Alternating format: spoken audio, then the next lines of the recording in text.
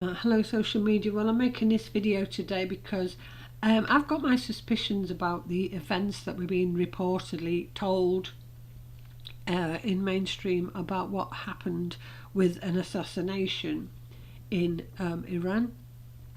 So basically, as you know, on the 27th of November, a senior Iranian scientist was reportedly assassinated, and the blame was being given to Israel and America.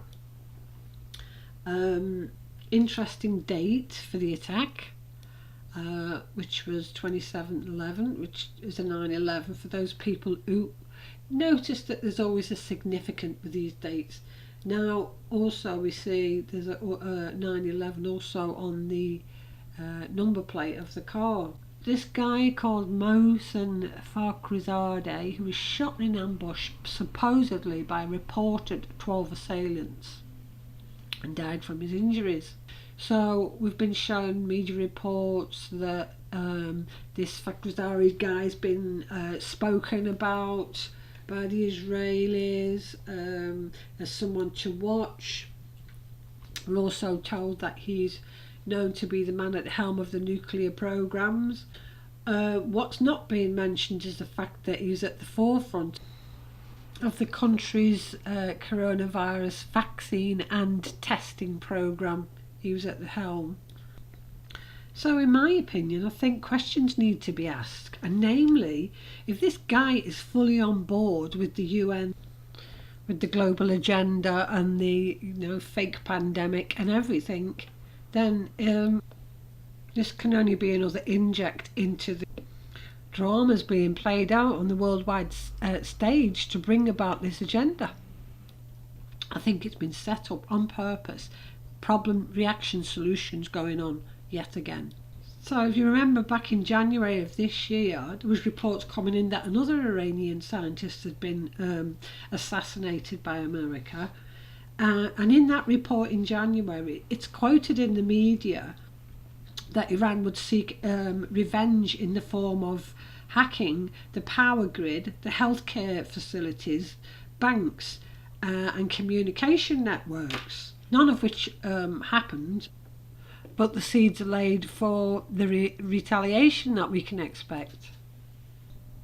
So September 2019, they all agreed to have a year-long pandemic global exercise. In the same month, these claims are being made that that Saudi Arabia was attacked, and that the UN is putting the blame on Iran, saying that the weapons that were found were made by the Iranians. So this report comes out by the UN in June of this year, in which they discuss these attacks in the September of Saudi Arabia, and they claim that they are going to put these weapons embargoes on indefinitely rather than the 13 years that they'd already had. So while we have all these nations and countries all collaborating together under one umbrella of the UN to bring about this pandemic exercise, claiming it's a pandemic, they're all in it together, they're all part of it, and yet we're supposed to believe that while this is going on at the exact same time, that there are events occurring on the world stage that make it look like all these countries are actually at each other's throats. It's just like the animosity that they've shown towards China publicly. When all this kicked off, they didn't actually tell people that they were involved with the Chinese CDC, and all the agencies and governments were involved in an exercise. So we can see how what we're being told is not always what is going on. It's all pure theatre. So all the claims being made as forms of retaliation are also things that are going to be on the agenda to be changed when they bring in this new reset. How convenient will it be that the banks are disrupted and we have to use digital because of Iran? How convenient will it be if the power grids go down because of Iran? And the problem, reaction, solution being played out once again on the world stage.